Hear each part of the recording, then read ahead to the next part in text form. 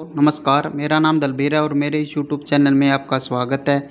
मेरे इस YouTube channel का नाम इंडियन टेक्निकल फार्मिंग है और आज मैं आपके लिए एक नई वीडियो लेकर आया हूं, जिसमें आज मैं आपको बताता हूं कि 773 BT नरमा की बिजाई कब और कैसे करें और कौन कौन सी सावधानी रखें, जिससे हमें 8373 की बढ़िया फसल प्राप्त हो और हमें एक अच्छी इनकम प्राप्त हो। उपयुक्त समय 773 की बिजाई का उपयुक्त समय अप्रैल व मई महीना होता है। 750 मध्यम मिट्टी के लिए उपयुक्त है। इसमें 4 से 5 सिंचाई ज़रूरी होती है। यह मध्यम मिट्टी में अच्छी फसल देता है। इसके बाद हम खेत का चुनाव करते हैं। 773 की कपास की बिजाई के लिए खेत का चुनाव करते हैं। अगर पहले से इसमें सरसों की बिजाई की थी तो सरसों के फन्नों को रोटावेटर की सहायता से 1-2 बार अच्छी तरह से जुताई कर सरसों के फन्नों को अच्छी तरह से मिट्टी में मिला दे। फिर आप गोड़ी या लेजर लेवलर की सहायता से खेत को समतल कर दे ताकि खेत की सिंचाई बढ़िया तरीके से हो सके। 773 की बिजाई करते समय हमें मुख्य 3 सावधानियां रखनी चाहिए। नंबर 1, हमें खेत की मिट्टी की जांच करवानी चाहिए। नंबर 2, हमें जिस खेत की हम नंबर 2 जिस खेत से हम सिंचाई करते हैं उस ट्यूबवेल के पानी की जांच करवानी चाहिए।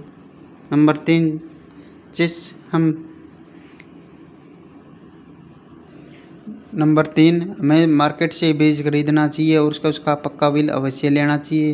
अगर हम मार्केट से बीज खरीदते हैं तो इसके डुप्लीकेट होने के चांस कम होते हैं।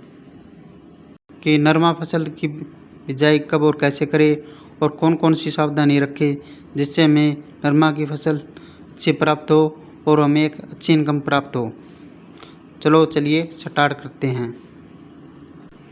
उपयुक्त समय कपास की बिजाई का उपयुक्त समय अप्रैल व मई महीना होता है। इसके बाद हम खेत का चुनाव करते हैं। इसके बाद कपास की फसल की बिजाई के लिए खेत का चुनाव करते हैं। अगर पहले उसमें सरसों की बिजाई की थी तो सरसों के फन्नों को रोटावेटर की सहायता से 1-2 बार अच्छी तरह से जुताई कर सरसों के फन्नों को अच्छी तरह से मिट्टी में मिला दे। फिर आप गोड़ी या लेजर लेवलर की सहायता से खेत को समतल कर दे, जिससे खेत की सिंचाई बढ़िया तरीके से हो जाए। और कपास की बिजाई के समय मुख्य सावधानी, मिट्टी की जांच। जिस खेत में हम फसल की बिजाई करते हैं सबसे पहले अपने खेत की मिट्टी की जांच करवा ले, जिससे हमें यह पता चल जाता है कि मिट्टी में किन किन पोषक तत्वों की कमी है और खेत की मिट्टी किन किन फसलों के लिए उपयुक्त है और इस मिट्टी में कौन कौन सी फसलें उगाई जा सकती है, जैसे गेहूँ, चना, अरहर, सरसों, तोरिया, राया, सरसों राया, सूरजमुखी, बरसीन, गन्ना, आलू, मक्का, धान, बाजरा, कपास, अमेरिकन कपास, मूंगफली, ज्वार, ग्वार इत्यादि। मिट्टी की जांच से हमें यह पता चल जाता है कि इसका पीएच मान कितना है। अगर इसका पीएच मान 6 से 8 के बीच है तो इसमें सभी प्रकार की फसलें उगाई जा सकती है। अगर इसमें नमक की मात्रा 0.8 से कम है तो इसमें सभी प्रकार की फसलें उगाई जा सकती है। अगर इसमें नमक की मात्रा 0.8 से अधिक और 1.6 से कम है तो इसमें केवल दाल वाली फसलें न उगाई। अगर इसमें नमक की मात्रा 1.6 से 2.5 के बीच में है तो इसमें नमक सहनशील फसलें जैसे जौ, ढैंचा, धान, तम्बाकू, बरसीन, गन्ना, कपास उगाई। अगर इसमें नमक की मात्रा 2.5 से अधिक है तो यह सभी प्रकार की फसलों के लिए हानिकारक है। इसलिए हमें अपने खेत की मिट्टी की जांच करवानी चाहिए ताकि बीज का जो अंकुरण है वो सही तरीके से हो सके और हमें बढ़िया फसल प्राप्त हो। पानी की जांच। अगर आप फसल की बिजाई के लिए नहरी पानी का इस्तेमाल करते हैं तो यह सभी प्रकार की फसलों के लिए अच्छा है और इसमें बीज का अंकुरण लगभग 100% तक हो जाता है। अगर आप फसल की बिजाई के लिए ट्यूबवेल के पानी का इस्तेमाल करते हैं या ट्यूबवेल के पानी से फसलों की बिजाई करते हैं तो आप इस ट्यूबवेल के पानी की जांच करवा लें। अगर ट्यूबवेल का पानी पीने में मीठा है तो इसमें पानी का पीपीएम ज़्यादा हो सकता है। अगर ट्यूबवेल का पानी पीने में नमकीन है तो इसमें जो पानी का पीपीएम है वो कम हो सकता है। यह हमें पानी की जांच करवाने से ही पता चलेगा। अगर पानी का पीपीएम 1000 से ज़्यादा है तो यह बीज अंकुरण के समय समस्या बन जाता है, जिससे बीज का जो अंकुरण है वो सही तरीके से नहीं हो पाता है।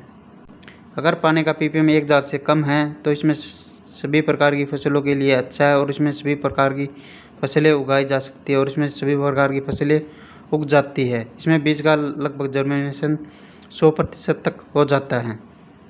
इसलिए अगर हम अपनी फसल की बिजाई करते हैं तो सबसे पहले हमें अपने पानी की जांच करवा लेनी चाहिए, जिससे हमें यह पता चल जाता है कि इसका पीपीएम कितना है। अगर पानी का पीपीएम 1000 से ज़्यादा है तो इसमें सभी प्रकार की फसलें नहीं उगा जा सकती है। अगर पानी का पीपीएम 1000 से कम है तो इसमें सभी प्रकार की फसलें उगाई जा सकती है। इसलिए जो पानी की जांच करवानी है वह बहुत ज़रूरी है। ये हमारी फसलों के लिए अच्छा है और इससे बीज का अंकुरण वह लगभग उसका पता चल जाता है। बीज का चुनाव, हमें एक ऐसी वैरायटी का चुनाव करना होता है जिससे हमें कम समय में ज़्यादा से ज़्यादा पैदावार मिले। मार्केट में बहुत सी कंपनियों के बीज उपलब्ध है। आप बीज का चुनाव आप अपनी खेत की मिट्टी व पानी के अनुसार भी कर सकते हैं। कई वैरायटी रेतीली ज़मीन में और कम पानी में अच्छी फसल देती है। कई वैरायटी काली मिट्टी में और ज़्यादा पानी में ज़्यादा फसल देती है। इसलिए हमें एक ऐसी वैरायटी का चुनाव करना होता है जो हमारी खेत की ज़मीन के हिसाब से ज़्यादा पैदावार दे सके। अगर आप मार्केट से बीज लेते समय बीज का पक्का बिल अवश्य लें। अगर आप मार्केट से बीज खरीदते समय पक्का बिल लेते हैं तो इससे आपको ओरिजिनल बीज मिल जाता है और इसके बीज के डुप्लीकेट होने के चांस कम होते हैं। और तीसरी मुख्य सावधानी यह है कि जिस कंपनी का आप बीज खरीदते हो वह बीज उसी कंपनी का ओरिजिनल होना चाहिए। और बीज खरीदते समय बीज का पक्का बिल अवश्य लें, इससे बीज के डुप्लीकेट होने के चांस कम होते हैं। अगर ये वीडियो आपको मेरी पसंद आई तो इस चैनल को सब्सक्राइब ज़रूर करना, ताकि आने वाली वीडियो की नोटिफिकेशन आपको मिलती रहे। धन्यवाद।